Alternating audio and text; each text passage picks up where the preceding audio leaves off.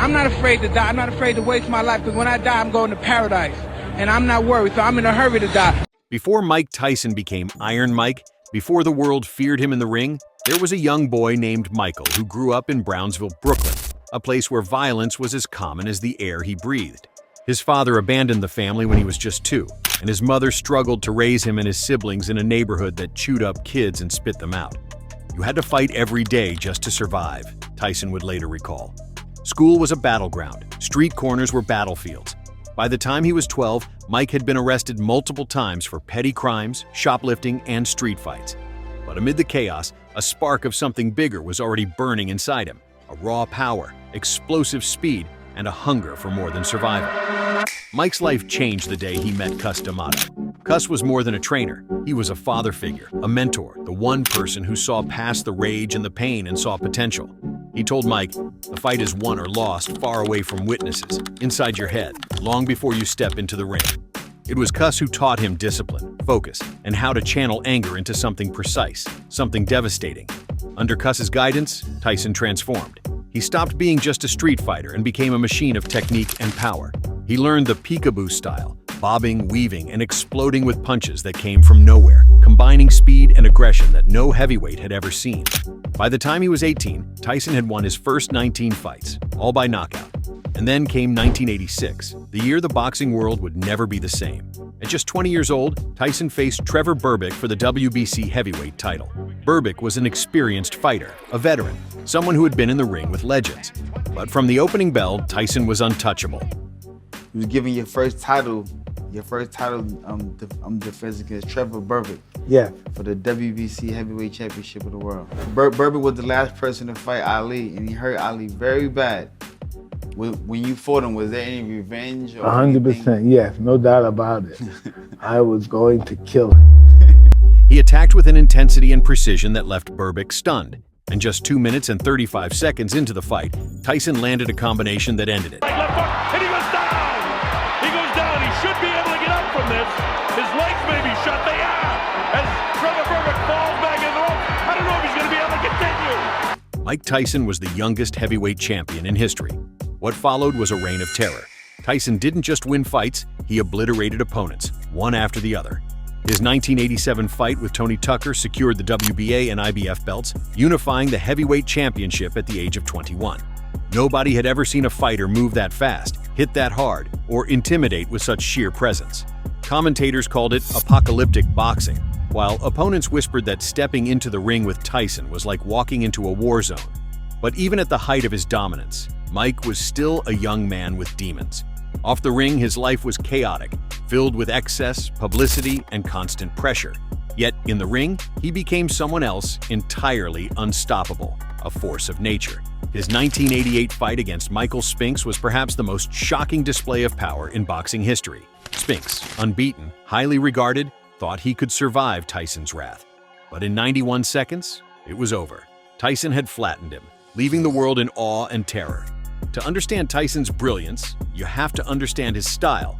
It wasn't just raw power. His peekaboo defense allowed him to move unpredictably. His hooks were explosive. His uppercuts could lift opponents off their feet. He had the footwork of a sprinter and the punch of a battering ram. And yet, for all his violence, he had intelligence. He studied opponents, set traps, and punished mistakes mercilessly. But every empire faces cracks.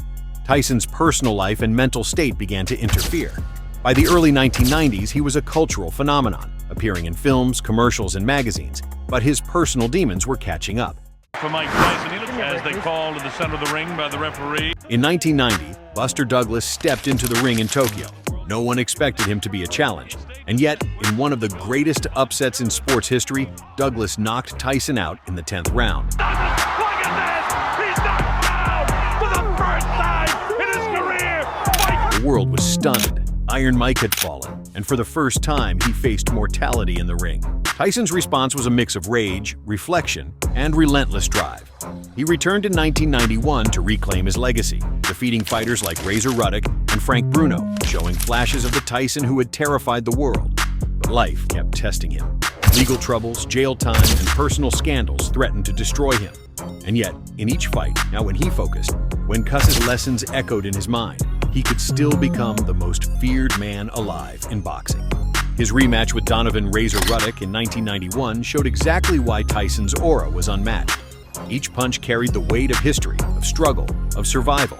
Ruddock was a giant, powerful, and hungry for victory. But Tyson moved like a predator, slipping punches, countering, and landing devastating blows. By the end, the referee stopped the fight, and Tyson had reaffirmed his dominance, at least temporarily. Every fight wasn't just about victory. It was about control, fear, and legacy. Opponents knew stepping in the ring meant confronting not just his fists, but his persona, his aura. Tyson had a psychological edge before a punch was thrown. He stared into the eyes of his challengers, often breaking them before the bell rang. Fighters like Larry Holmes, Tony Tucker, and Michael Spinks fell victim to this. But what truly made Tyson unforgettable wasn't just his fights. It was his human story. From abandoned child to world champion, from street violence to disciplined champion, from public disgrace to redemption and sporadic comebacks, Tyson's journey captivated fans. His highs were astronomical, his lows devastating. And through it all, Cus D'Amato's lessons were never far from his mind. Fear is the greatest opponent you will ever face. Tyson had learned to use fear, to harness it, to make it a weapon. By the mid-1990s, Tyson's career had become a roller coaster of highs and lows. He regained titles, faced controversy, went to jail, and returned to the ring. Every comeback carried suspense. Could Iron Mike rise again? Could he be the unstoppable force he once was? His fights with Bruce Seldon, Evander Holyfield, and later Lennox Lewis showed glimpses of brilliance, flashes of the young monster who had dominated the 1980s. Tyson's fight against Evander Holyfield in 1996, though infamous for the ear-biting incident, also highlighted his relentless aggression and skill. Every round was a battle of wills, strategy, and endurance. Tyson attacked relentlessly, mixing speed, power, and angles. And while the result was controversial, the intensity reminded the world why Tyson had once been the most feared heavyweight. Even as his career wound down, Tyson's story remained a lesson in extremes. He was the youngest heavyweight champion, the most dominant fighter of his era, and yet a man whose personal struggles mirrored the chaos of the streets he came from. He inspired, terrified, and fascinated a generation, not just with his fists, but with his life, his aura, his story. To understand Tyson is to understand the perfect storm of talent, training, and raw emotion. Few fighters had the combination of speed, power, and psychological dominance that he possessed. Few had the story, the rise from nothing, the mentorship of Cus, the thrill of dominance, the agony of defeat, and the struggle for redemption. Tyson was more than a boxer. He was a living legend, a force that reshaped the heavyweight division forever.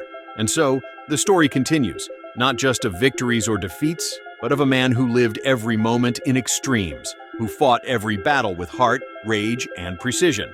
Iron Mike remains a symbol of what can happen when raw talent meets relentless discipline. Fear becomes fuel, and history is made in the span of a few explosive seconds in the ring.